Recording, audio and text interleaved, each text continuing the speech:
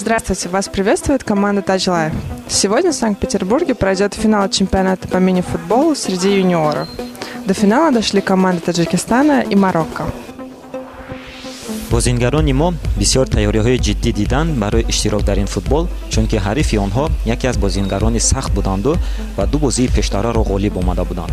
Ва ҳоло бошад мо бо шумо тамошо мекунем ки бозии ин навбатаро ки ғолиб меояд.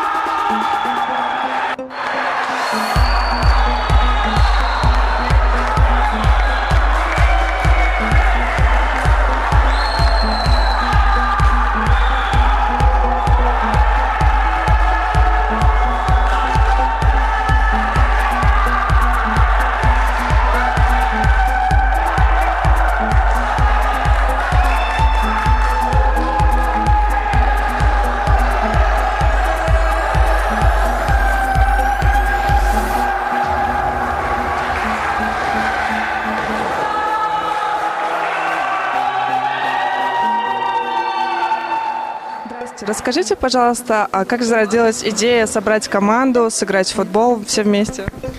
Ну, во-первых, хочу поздравить всех таджиков из Петербурга, потому что это командная, это победа всего таджикского народа. Вот. А во-вторых, хочу поблагодарить этого нашего близкого очень друга. Он пригласил нас поучаствовать в этом турнире.